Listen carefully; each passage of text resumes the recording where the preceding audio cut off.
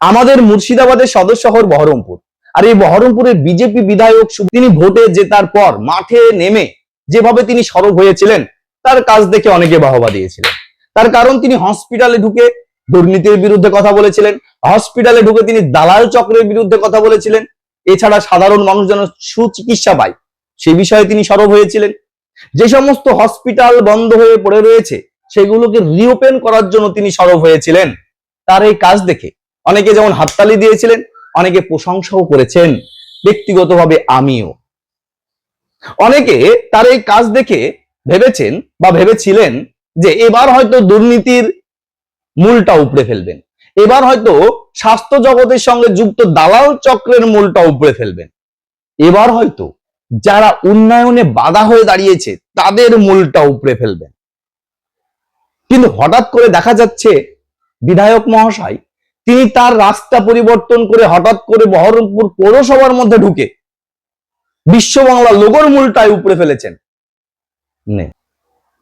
এবং সেই বিশ্ব বাংলার মূলটাকে উপড়ে ফেলার পর বিধায়ক সাহেব তিনি বলছেন যে এই লোগো দেখিয়ে অনেক তৃণমূলের নেতা নেত্রীরা অনেক মাল কামিয়েছে, অনেক দুর্নীতি করেছে।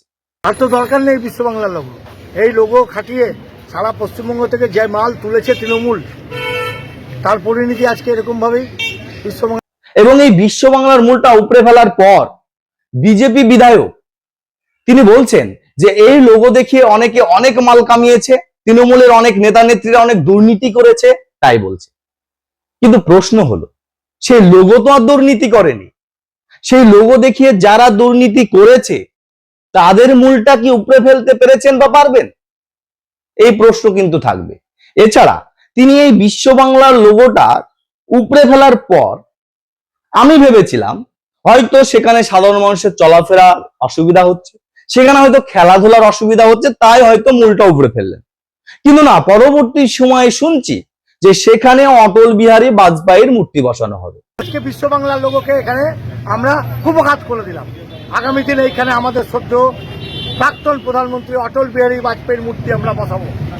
এই নেই, আগের যে মূর্তিটা ছিল, লোগোটা ছিল, সেটা তো জনগণের ট্যাক্সের টাকায় তৈরি, আর সেটা তো বাংলাকে রিপ্রেজেন্ট করছিল মাত্র, আর সেটা দুর্নীতি করেনি। তাহলে সেই মূর্তি সরিয়ে আবার নতুন করে যে মূর্তিটা বসাবেন সেটা তো আবার জনগণের ট্যাক্সের টাকা থেকেই বসাবেন, জনগণের টাকা খরচ হবে। এছাড়া আর একটা প্রশ্ন কিন্তু আমার মাথায় চলে আসছে, সেটা হলো আপনি একটা মূর্তি, একটা লোগো সরিয়ে আবার অটল বিহারী বাজপেয়ীর কেন মূর্তি বসাবে? কেন? আমাদের এই বাংলায় অনেক তো স্বাধীনতা সংগ্রামী আছে, অনেকে দেশের জন্য প্রাণ দিয়েছে, যেমন ক্ষুদিরাম বসু, বিনয় বাদল, দীনেশ, রাসবিহারী বসু, নেতাজি সুভাষচন্দ্র বসু। এদের মূর্তি নয় কেন?